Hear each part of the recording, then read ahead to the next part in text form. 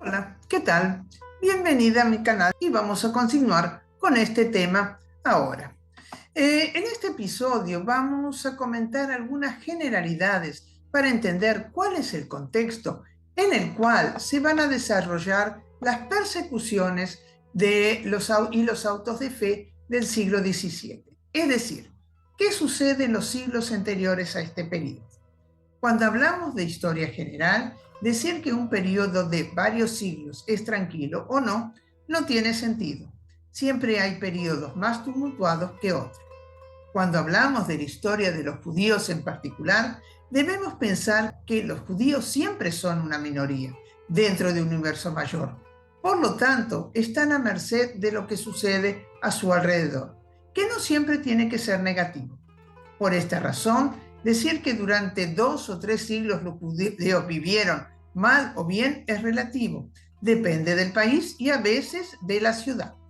Una aclaración que vale la pena hacer. El Tribunal de la Inquisición es una institución medieval y fue instalado para perseguir cualquier herejía.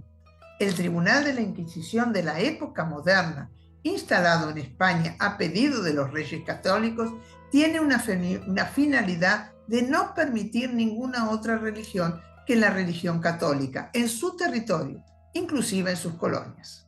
El tribunal va a ser un controlador político y económico. En Mallorca vamos a ver que una de las consecuencias es un control social mayor también. Si comparamos lo que sucede en Mallorca y en otras partes de la península a partir del siglo XV, vamos a ver que la situación de los judíos no es muy diferente a la del resto de la península. Lo que vamos a analizar ahora, muy brevemente, es lo que sucede desde 1480, cuando se instala la Inquisición moderna en España, hasta el siglo XVII, cuando ocurren los autos de fe, que nos interesan en Mallorca. En principio, la Inquisición se instala en Mallorca en 1488. Después de esa fecha, vamos a encontrar registros de algunos autos de fe. Es importante manifestar que no solamente contra los judíos, sino sobre otros grupos también, como personas acusadas de sodomía o blasfemia, sobre todo en épocas donde la situación económica de la ciudad y el campo no era buena, es decir, en momentos de crisis social o económica. Por un lado, los cristianos viejos no estaban dispuestos a asimilar a los conversos, y no solamente por una cuestión religiosa, sino también por una cuestión de competición económica. Los dos pertenecían a la incipiente burguesía de comerciantes. Por otro lado, existían problemas en el campo, donde se pasaba hambre, y por lo tanto había conflictos entre la gente de la ciudad y la gente del campo. En el siglo XVI, los judíos eran pequeños comerciantes que comerciaban con las ciudades italianas, con el Magreb y con la Corona de Aragón. ¿Recuerdan que les comenté la importancia de la localización geográfica de la isla? Otro ejemplo aquí. Además, también existían disputas en la pequeña nobleza mallorquina. Cada grupo quería tener más poder y esto debilitaba aún más el poder central.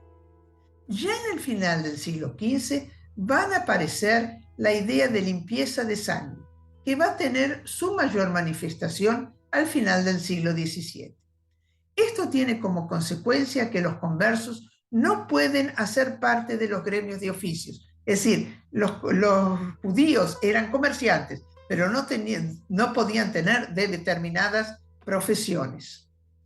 Hasta el comienzo del siglo XVII vamos a encontrar una situación bastante particular. Una disminución de los autos de fe es como si toda herejía hubiera desaparecido. Los conversos seguían confinados en su barrio y no se hablaba de casos de judaizantes. En realidad, no es que esto haya desaparecido. Y de cualquier forma, el odio que continuaba entre oprimidos y opresores, cada vez mayor. Era una sociedad que estaba en efervescencia. Desde el punto de vista económico, el comienzo del siglo XVII no encuentra a Mallorca en una buena situación.